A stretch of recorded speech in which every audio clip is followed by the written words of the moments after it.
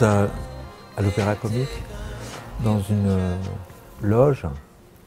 J'ai choisi cet endroit d'abord parce que je l'aime énormément et depuis longtemps. C'est vraiment très beau et j'ai assisté ici à un certain nombre de spectacles et d'opéras extraordinaires.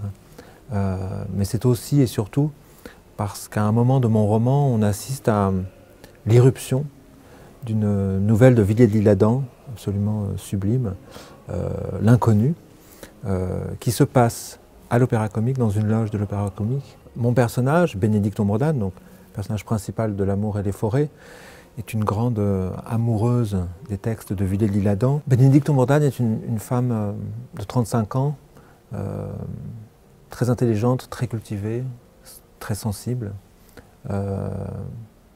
professeure de français à Metz, agrégée de lettres. Elle est mariée et mère de 2 enfants. Et elle est mal mariée, elle est malheureuse, elle subit en secret, sans que personne n'en sache rien, le harcèlement continuel de son mari. Et son seul refuge, c'est la littérature. C'est éprouver des choses dans la vie quotidienne, des sensations. Elle se réfugie beaucoup dans le sensible et la littérature. Alors l'extrait que j'ai choisi de lire, vous verrez, il est de nouveau question de Villiers de l'Isle-Adam et d'une autre de ses nouvelles, L'agrément inattendu, dont Bénédicte Ombredane et moi parlons lors de notre première rencontre. Je ne sais pas à ce moment-là quelle va devenir cette Bénédicte Ombredane dont je fais la connaissance à un café du Palais Royal de Nemours. Je ne sais pas encore quelle va devenir l'héroïne de mon prochain roman, L'amour et les forêts. Nous faisons connaissance. C'est une lectrice de mes livres. Elle m'a écrit une lettre absolument sublime et j'ai accepté de la rencontrer. Je lui ai confirmé que l'agrément inattendu résumait parfaitement mon rapport à la réalité, ou plutôt les fantasmes d'émerveillement que m'inspirait son âpreté. Émerveillement, extase, épiphanie et transfiguration, comme je l'ai déjà souvent écrit. Bénédicte Ombredane m'a répondu qu'elle aussi aspirait à la même chose, et c'est pourquoi elle se projetait souvent dans cette histoire du marcheur déshydraté. Chaque matin, en sortant de chez elle, elle espérait qu'une trappe insoupçonnée lui serait révélée pendant la journée par une quelconque circonstance miraculeuse de sa vie quotidienne. Alors, elle s'éclipserait subrepticement par cette trappe pour sortir du monde réel. Elle emprunterait l'escalier et descendrait doucement dans les profondeurs de ce spectacle insipide qu'était devenu pour elle-même, depuis de nombreuses années, le déroulement de sa propre existence.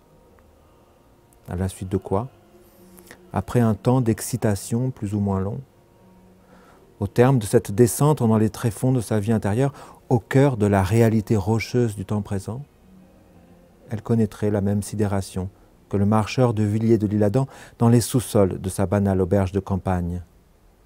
Une expérience sensitive insensée. Voilà à quel miracle elle aspirait chaque jour. Voilà l'urgence à laquelle l'avait durablement rappelé la lecture de mon roman. Retrouver son propre éclat. Le retrouver au plus profond d'elle-même, comme le marcheur déshydraté découvre l'éblouissement d'un spectacle mirifique sous le plancher d'une vieille auberge, au cœur même de la roche. C'est cet impératif qui doit filigraner nos pensées tandis que le temps passe, que nos journées s'effritent, que nous voyons des silhouettes inconnues s'agiter dans la rue, et parfois désirables ne serait-ce que métaphysiquement, en raison de notre solitude, a précisé Bénédicte Ombredane. Tandis que tombe la pluie, et qu'on s'absorbe dans l'examen de son reflet dans les vitres d'un autobus, un reflet indulgent. Cet autobus nous ramène à la maison dans la même nuit épaisse, violente, glaciale, aveugle, d'octobre, de novembre, de décembre, d'hiver, de froid, mouillée, fouettante, jour après jour, soir après soir, janvier, février, mars, année après année, dans la même nuit cinglante que si cet autobus nous arrachait à notre réalité pour nous conduire à travers l'obscurité vers une région inconnue aux confins du réel, exactement comme un bateau dans les embruns d'une mer hostile, une mer hostile, mais attirante. Attirante? Vous me demandez, Éric, pourquoi je trouve cette mer hostile attirante? Je vais vous dire. En raison de ces lointaines profondeurs invisibles, noires, épaisses, où peuvent s'entendre les échos de nos rêves. Rien n'est pire que le dur des surfaces planes, que le tangible des surfaces dures, que l'obstacle des écrans qui se dressent, sauf si des films y sont projetés. Je préfère le profond, ce qui peut se pénétrer, ce en quoi il est envisageable de s'engloutir, de se dissimuler. L'amour et les forêts, la nuit, l'automne, exactement comme vous.